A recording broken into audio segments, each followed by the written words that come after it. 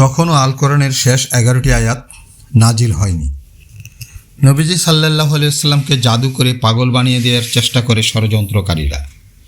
ইহুদিদের মিত্র বনু জুরাইয়া গোত্রের লাবিদ বিন আসাম নামক জনৈক মুনাফিক তার স্ত্রী ও মেয়েদের মাধ্যমে জাদু করে। প্রথমে সে রসুল করিম সাল্লাল্লাহু আলাইহি ওয়াসাল্লামের বাসার কাজের ছেলের মাধ্যমে কয়েকটি চুলসহ ব্যবহৃত একটি চিরুনি সংগ্রহ করে।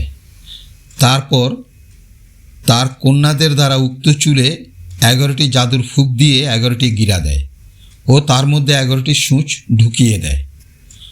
অতঃপর চুল ও সূঁচ সহ চিরুনিটির একটি খেজুরের শুকনা কাদির আবরণীর মধ্যে প্রবেশ করিয়ে নির্জন মরুভূমিতে অবস্থিত জারওয়ান নামক কুয়ার তলায় একটি বড় পাথরের নিচে চাপা দিয়ে রাখে।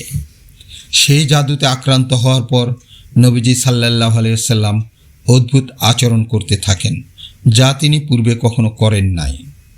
মা আয়েশা রাদিয়াল্লাহু তাআলা আনহা বলেন, উক্ত জাদুর প্রভাবে আল্লাহর রসুল সাল্লাল্লাহু আলাইহি ওয়াসাল্লাম মাঝে মধ্যে দিশাহারা হয়ে পড়তেন।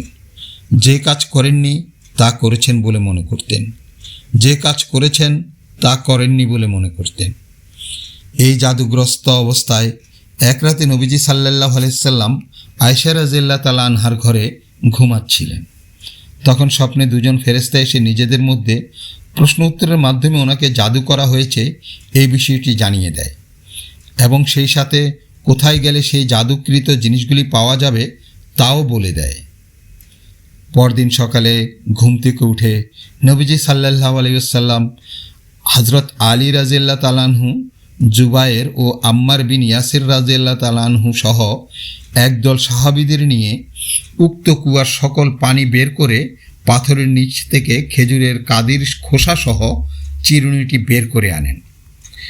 এরপর আল্লাহ তাআলা জিবরাইল আলাইহিস সালাম মারফত কোরআনের সেই শেষ 11টি আয়াত অর্থাৎ সূরা ফালাক ও সূরা নাস নাজিল করলেন এবং বললেন, এই 11টি আয়াত পাঠ করে জাদুকৃত জিনিসের উপর ফু দিলে জাদু নিষ্ক্রিয় হয়ে ধ্বংস হয়ে যাবে।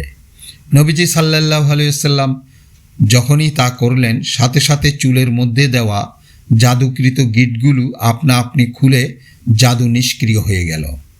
জাদু নষ্ট হওয়ার পর নবীজি সাল্লাল্লাহু আলাইহি ওয়াসাল্লামের মনে হলো এতদিন অদৃশ্য কোনো বন্ধনে ওনার দেহ শক্তভাবে বাঁধা ছিল। জাদু নিষ্ক্রিয় হওয়ার সাথে সাথে যেন তা খুলে গেল। এতে তিনি খুব আরাম বোধ করতে লাগলেন।